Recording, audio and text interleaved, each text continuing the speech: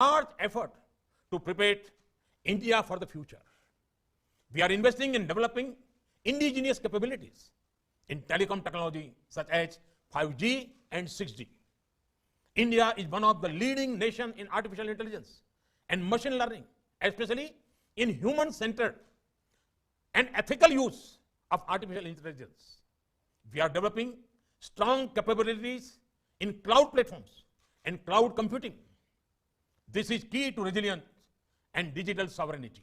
We are building world-class capabilities in quantum computing.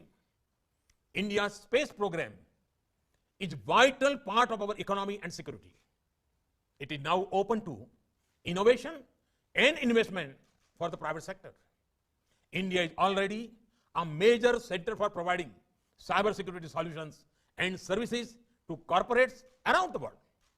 We have set up a task force with our industry to make India a global hub for cybersecurity.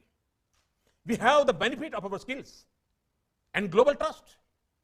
And now we are focusing on hardware. We are preparing a package of incentives to become a key manufacturer of semiconductors. Our production link incentive schemes in electronics and telecom are already attracting local and global players to set up base in India. Friends, the greatest product of technology today is data. In India, we have created a robust framework of data protection, privacy, and security. And at the same time, we use data as a source of empowerment of people.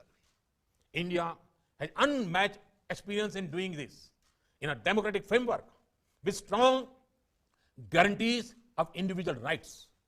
Friends, how a nation uses technology is linked to its values and vision. India's democratic traditions are old. Its modern institutions are strong. And we have always believed in the world as one family.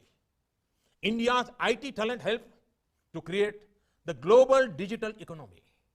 It helped cope with the Y2K problem. It has contributed to the evolution of technologies and services we use in our daily lives. Today, we offer our CoWIN platform to the entire world free and made it open source software. India's extensive experience with use of technology and policy for public good, including development and social empowerment, can be of great help to the developing world. We can work together to empower nations and their people and prepare them for the opportunities of this century. That is also important for building a future of this world that reflects our democratic ideals and values. That is as important as our own national security and prosperity.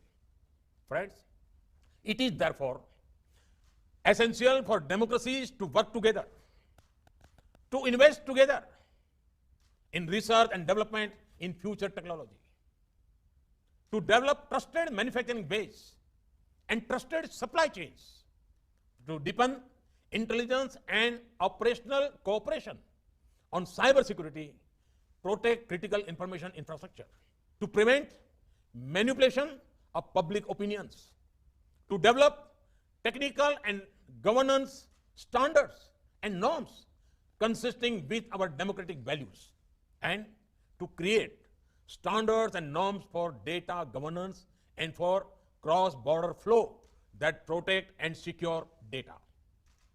It should also recognize national rights and at the same time promote trade, investment, and larger public good. Take cryptocurrency or Bitcoin, for example. It is important that all democratic nations work together on this and ensure it does not end up in wrong hands, which can spoil our youth.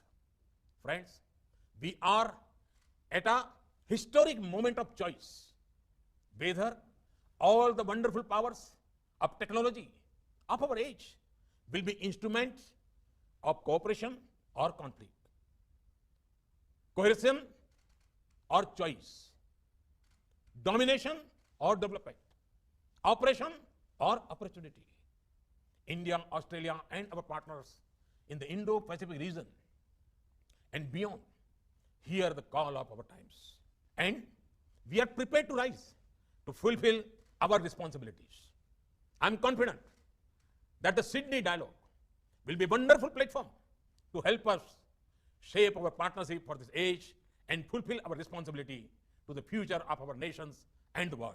Thank you. Thank you very much.